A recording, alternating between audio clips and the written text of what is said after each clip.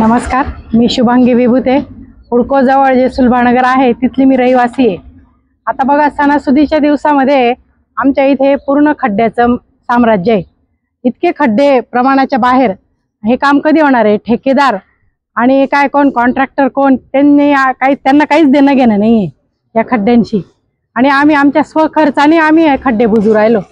आणि हे आत्ताच नाही आहे, हे दरवर्षीच आहे. प्रत्येक वेळेस पाऊस झाला की आम्हाला हे खड्ड्याचं सगळं नूतनीकरण करावं लागतं. प्रत्येक खड्डे आम्हाला बुजवावं लागतं, परत नवीन खड्डे तयार होतात.